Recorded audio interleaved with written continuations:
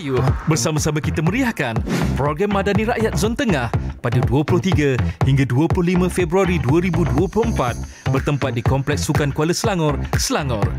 Pelbagai perkhidmatan kerajaan dan program menarik seperti pameran kementerian dan agensi, Karnival Kejaya, jualan agro dan mega madani dan banyak lagi disediakan terus kepada rakyat. Jumpa anda di sana.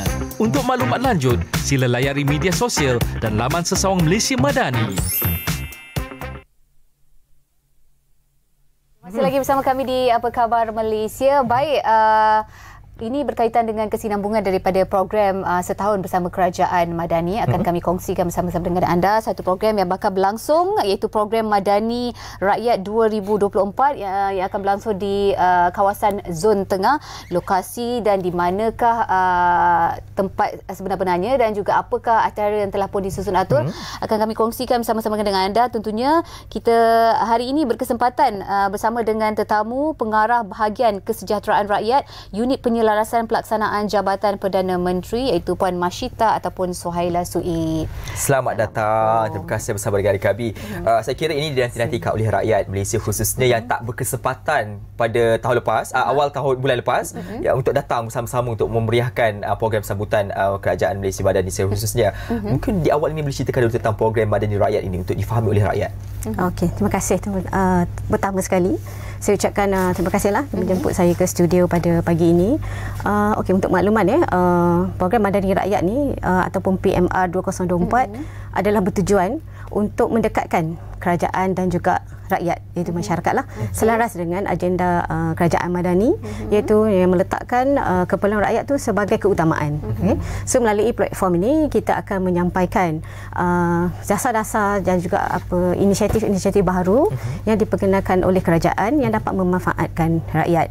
Okey, forum ataupun platform ini juga kita akan gunakan sebagai memberi peluang kepada rakyat untuk mendapatkan maklumat tentang perkhidmatan-perkhidmatan yang disediakan dan juga memberi ruang kepada rakyat untuk memberi cadangan penambahbaikan ke atas perkhidmatan yang telah disediakanlah. So kita harapkan dengan hubungan yang baik ini, komunikasi yang berterusan ini akan dapat mengeratkan lagi hubungan antara kerajaan dan juga rakyat untuk menyediakan rakyat yang lebih baik dan yang lebih selesa selaras dengan agenda kerajaan Madani.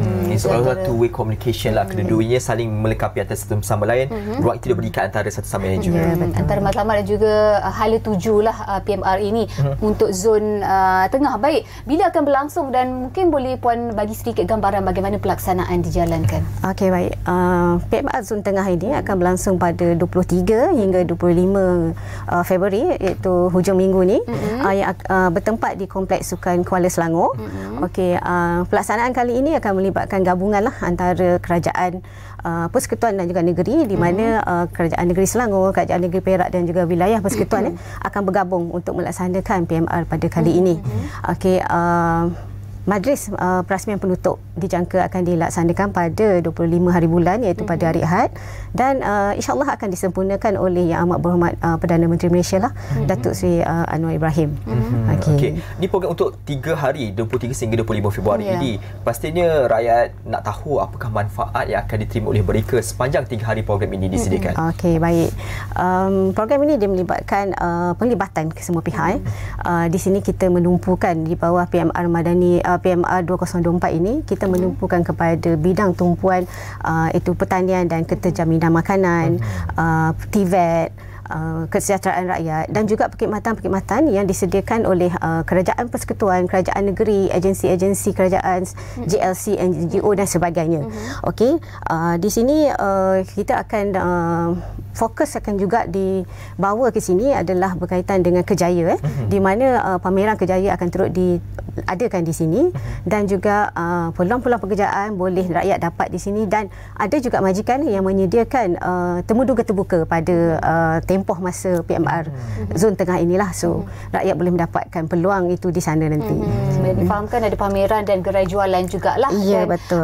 ICU JPM juga dipertanggungjawabkan bagi menerjui kluster jaringan keselamatan sosial melalui booth-booth kesejahteraan rakyat. Jadi mungkin antara gabungan ataupun kerjasama daripada agensi luar, siapa yang terlibat? Okey, baik. Sejurus kita mendapat mandat inilah untuk menerajui reruai kesejahteraan rakyat ini ataupun jaringan keselamatan sosial tadi. Yang terlintas di fikiran kita ni adalah untuk penglibatan secara kerjasama dengan rakan-rakan strategik. Okey. Di sini kita melibatkan rakan-rakan yang selalu memberi sokongan kepada kesejahteraan rakyat ini. Okey, ada 6 agensi yang akan bernaung di bawah reruai ini nanti, iaitu yang terutamanya adalah apa yang kita kata yang menyediakan perkhidmatan secara langsung iaitu seperti KWSP, Perkeso, kita ada YAPIM, kita ada JKM, Jabatan Kebajikan Masyarakat, Kementerian Kewangan yang menawarkan bantuan sara hidup kepada rakyat, dan juga ICU sendiri di mana inisiatif-inisiatif yang kita telah laksanakan untuk kepentingan rakyat juga akan kita pamerkan di reruai kesejahteraan rakyat nanti. Gabungan agensi ini saya kira menariklah kerana semuanya ditempatkan di satu ruang. Rakyat tengah datang dia tak payah nak pergi satu tempat kan untuk bertanya pelbagai soalan. Pasti juga rakyat nak dapatkan perkhidmatan ketika hari kejadian itu. Mungkin boleh kongsikan kepada kita juga berkaitan tentang perkhidmatan yang disediakan oleh agensi sendiri. Banyak perkhidmatan yang disediakan di reruai kesejahteraan rakyat tu nanti yang melibatkan 6 agensi yang saya sebutkan sebentar tadi. Ia termasuklah juga kaunter semakan dan juga pendaftaran. Bantuan-bantuan disediakan oleh Jabatan Kebajikan Masyarakat, semakan bantuan sara hidup, sumbangan tunai rahmah dan sebagainya. Dan juga maklumat-maklumat yang kita sampaikan tentang perlindungan sosial juga ada kita sediakan di sini melalui satu platform pangkalan data yang dibangunkan sendiri oleh ICU. Dan di samping itu Perkeso melalui program sinergi sosial juga akan menyediakan maklumat dan perkhidmatan di kaunter masing-masing.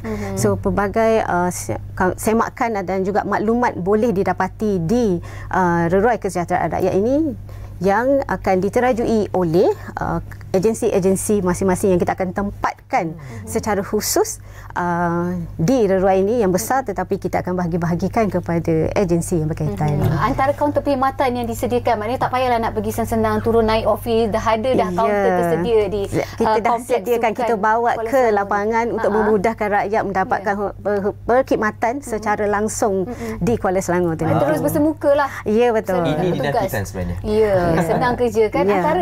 Antara yang memudahkan ialah orang ramai untuk datang ke kaunter perkhidmatan yang disediakan.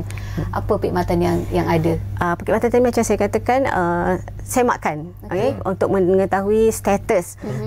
Macam contohnya sistem e-kasih, iaitu pangkalan data kemiskinan nasional. So rakyat boleh membuat semakan sama ada mereka telah berdaftar di dalam e-kasih dan sekiranya mereka adalah di bawah golongan yang miskin, mereka boleh mengemukakan permohonan. Permohonan untuk pendaftaran, tapi akan melalui proses-proses semakan selepas pada itulah. Tetapi di sana kita akan berikan perkhidmatan secara langsung di situ adalah untuk semakan dan juga pendaftaran. Permohonan pendaftaran maksud saya.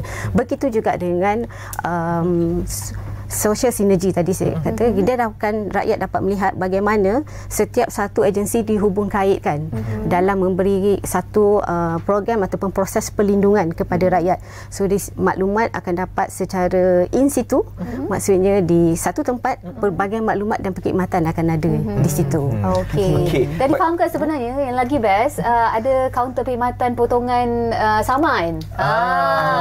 Itu antara sebahagian juga daripada pengisian ketika kita pasti itulah hari dinantikan juga orang datang kan. Baik. Selain daripada itu juga pastinya aktiviti-aktiviti harus disusun dengan begitu menarik dan memberikan daya tarikan kepada pengunjung. Salah satu strategi lah aktiviti interaktif. Itu pasti akan memberikan minat lah kepada mereka yang datang kan. Di bawah kluster ini, bagaimana ini akan dilaksanakan? Okey. Untuk aktiviti interaktif ni kita kebiasaannya di reruai kita hanya pamerkan tentang infografik dan rakyat boleh membaca dan melihat di situ. Tapi kita fikirkan ada satu aktiviti yang perlu adanya aktiviti yang menarik yang melibatkan peserta-peserta ataupun pengunjung itu sendiri. So di sini kita sediakan kursus-kursus yang kita adakan secara kecilan di sini di reruai. Seperti asas solekan, gubahan bunga, ada juga servis aircon yang kita bawa, tapi akan dibimbing oleh guru ataupun tenaga pengajar daripada Giat Mara. Tetapi peserta je nanti adalah daripada golongan miskin yang kita bawa ke sini untuk kita bagi satu pendedahan bagaimana berhadapan dengan orang ramai, dan juga kita sediakan kursus tu atau peluang untuk dia mendapatkan kemahiran di situ.